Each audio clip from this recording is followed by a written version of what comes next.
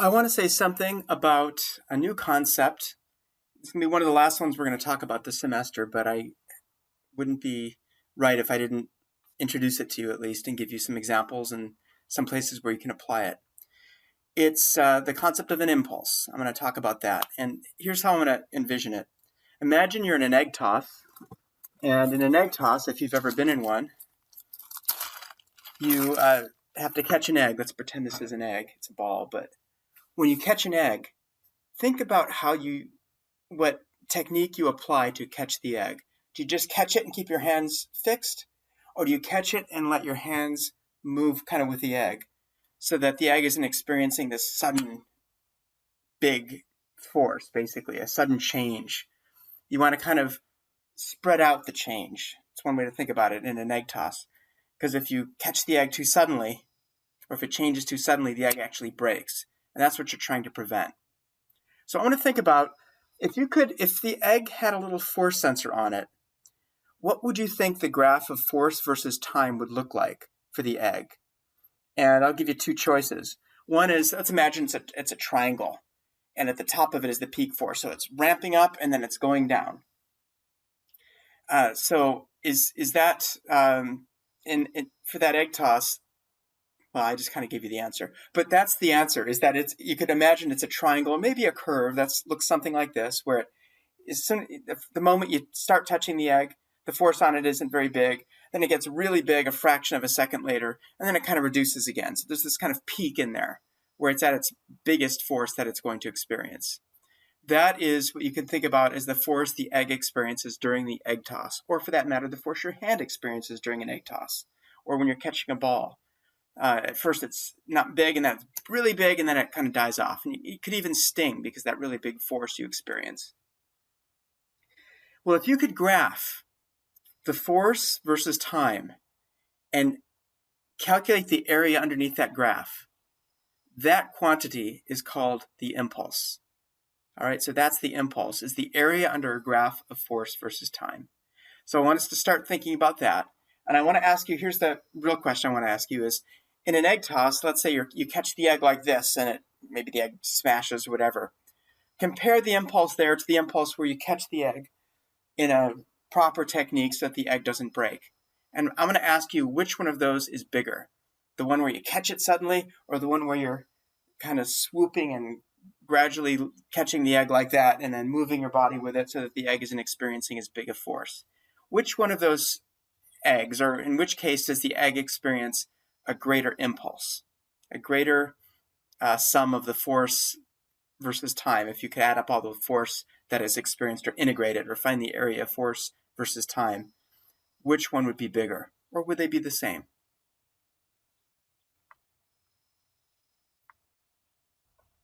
So in the egg toss example, if you're catching it quickly, you're going to have a big force, short amount of time. That's what this graph here is going to look like. This represents a sudden catch, where your hand isn't moving with the egg, and the egg's likely to break because of this maximum force involved. For an extended catch, you're going to have a lower force involved, and it's going to take more time to catch the egg.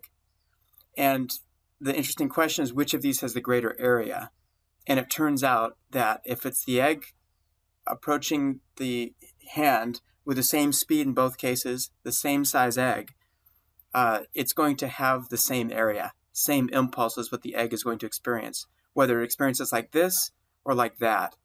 And I'll add that this application is also used in safety features like airbags. You don't want to hit like this. You want to prevent maximum forces from occurring, even if they only occur for a very short time. They cause incredible body damage. So if you can reduce the amount of maximum force you experience during an impulse, which is, for instance, a car accident, you have a greater chance of surviving with less injury. So this is also an example of an airbag acting on somebody. All right, so impulse is a real practical topic.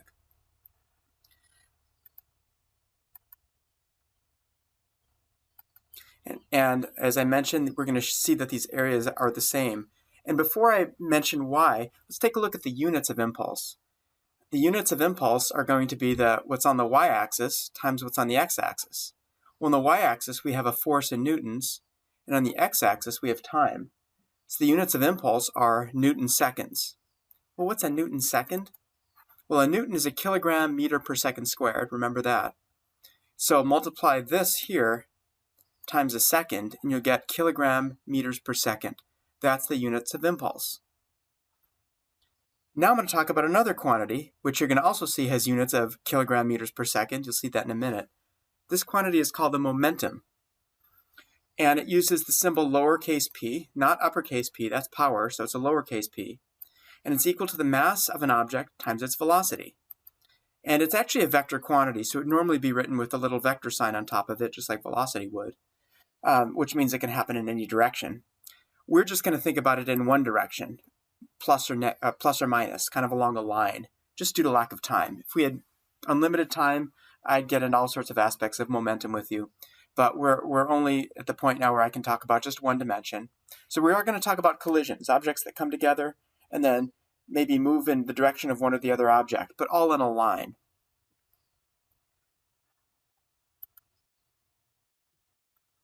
And as I mentioned, the units are kilogram meters per second. What does this mean? We can actually prove there's a theorem that says that when you apply an impulse to something, like maybe you kick a ball, that the change in momentum of the ball, maybe it was at rest initially, and then it's moving with some speed right after you kick it, which we'll call the final velocity of the ball, which is the speed at which it's leaving, if you like, that change in momentum of the ball is going to be equal to the size of the impulse. You kick the ball harder, it's going to have a greater impulse, it's going to have a greater it's going to have a greater final velocity after you kick it. And that's a really useful relationship, and there's a question, I think, on the bonus homework about hitting a golf ball, where you determine the momentum that the golf ball gets from the golf club. And that from that momentum, we're going to be able to determine the final velocity. On the next few slides, I'll show you how to do that. The concept of the relationship between impulse and momentum will not appear on the final exam. I'm telling you that now, but it's useful to know. If you know it, value added for you. And it is on the bonus homework. This will be on the final exam. This is the momentum calculation for a single object or for a system of objects. Now, since momentum is mass times velocity, it's not a difficult calculation to make. Objects at rest have zero momentum. That's pretty straightforward, because if velocity is zero, mass times velocity is zero. If your object has a mass and is moving with some velocity in a given direction, I'll just say it's either positive or negative velocity for now, the momentum will either be the product of those two numbers. So for the first case, say you have a 2 kilogram object moving with a speed of 2 meters per second to the right. That object's going to have a 4 kilogram meter per second momentum. Let's say you have a different object moving at 3 meters per second to the left. My left looks like your right because of the mirror image thing, but 3 meters, I should say it's the same mass object moving at 3 meters per second to the left. So it's a 2 kilogram object moving at 3 meters per second to the left. To the left is negative, so 2 times negative 3 is going to give you negative 6 kilogram meters per second for this object. All right, so you hopefully can see how to calculate the momentum for a given object. It'll either be a positive, 0, or negative value, depending upon the direction of the velocity. What if we have 2 objects in the system and we want to determine the total momentum of everything that's in the system? Well, we're going to add up the momenta of each of the objects. And this is an example of that. If you have 2 different objects with 2 different masses, find the momentum of one, add it to the momentum of the other one. In this case, we have one object with a positive momentum and another one with a negative momentum. Multiply the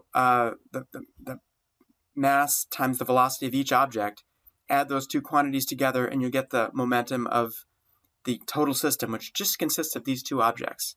In this case, that's going to be negative 10 kilogram meters per second. If you do the math there, check it for me. Now, why do we care? Why would we want to do that?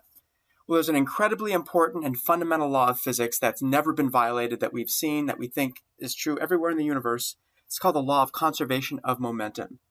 What this means, this law states, I should say, is that if you have a system of objects that is not experiencing any forces from any other objects outside that system, in this case our system, for instance, is these 2 objects, then we call that system an isolated system, and its total momentum will not change. So even if the objects collide, which is what we're going to talk about, the objects collide and stick together in this case, we'll keep them sticking together because it'll allow us to do a calculation that would be more difficult to do otherwise. If they stick together, then the total momentum of that system will be what it was afterwards, the same as it was beforehand. All right, that is called the conservation of momentum. Momentum won't change, and means that the momentum is conserved. So that means after these two objects collide, it's still going to have a momentum of negative 10 kilogram meters per second if they stick together.